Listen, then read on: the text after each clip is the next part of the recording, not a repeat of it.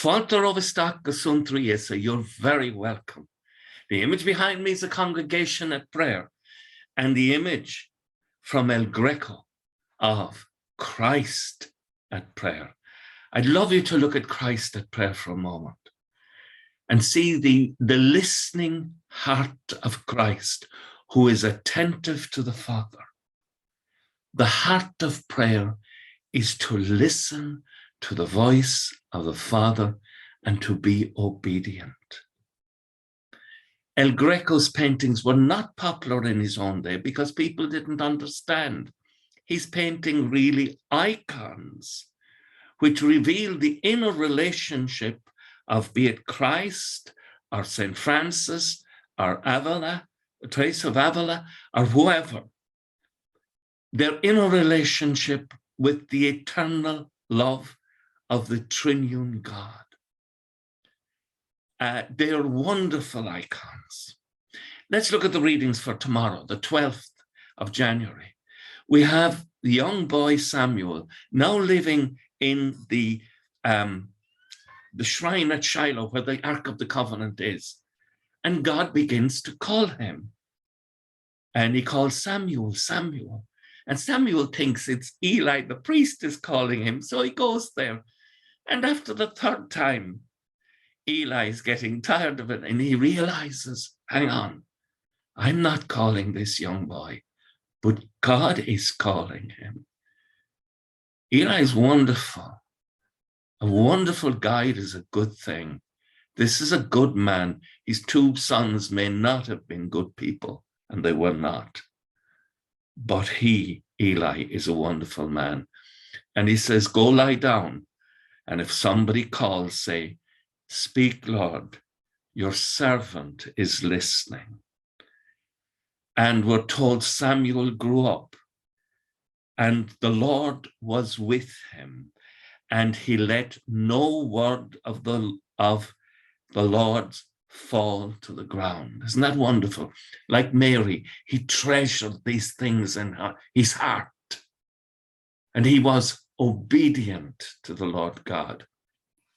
And the gospel tomorrow, Mark 1:29 to 39, on leaving the synagogue, Jesus goes and heals Simon Peter's mother-in-law, and then he heals all the people. And there's a huge success, and the murmuring of success is all around him. And yet in the morning, he gets up early, and he goes off before dawn, and he prays in a lonely place, and listens to the voice of the Father. Look at El Greco's picture. Listening to the eternal love of the Father being poured out in him in prayer. And he returns, and they say, everybody's looking for you. We've people lined up for all sorts of things. And he says, let us go elsewhere, to the neighboring country towns, because that is why I came to preach there too. That is why I came. He is sure his relationship with the Father God reassures him. It is so important for us to be like Christ in El Greco's picture, that when we pray, yes, let us use words, but let us do it from a listening heart.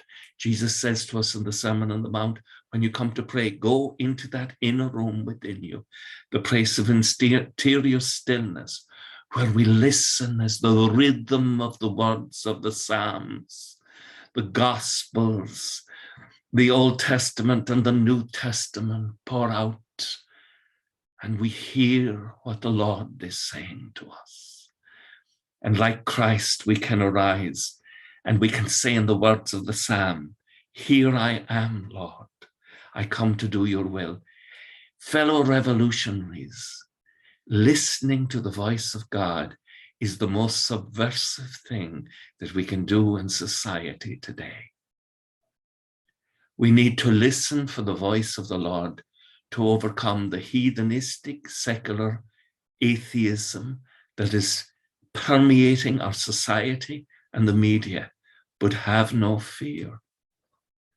He who listens to the voice of God will overcome, as Paul says in the letter to the Philippians, I can do all things in the power of him who strengthens me. Why? Because Paul was listening to God.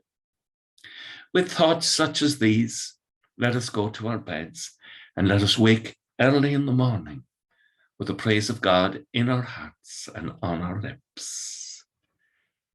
Agus go manna dí le cóchtach sibh ahar mach agus spirit neamh. Amen.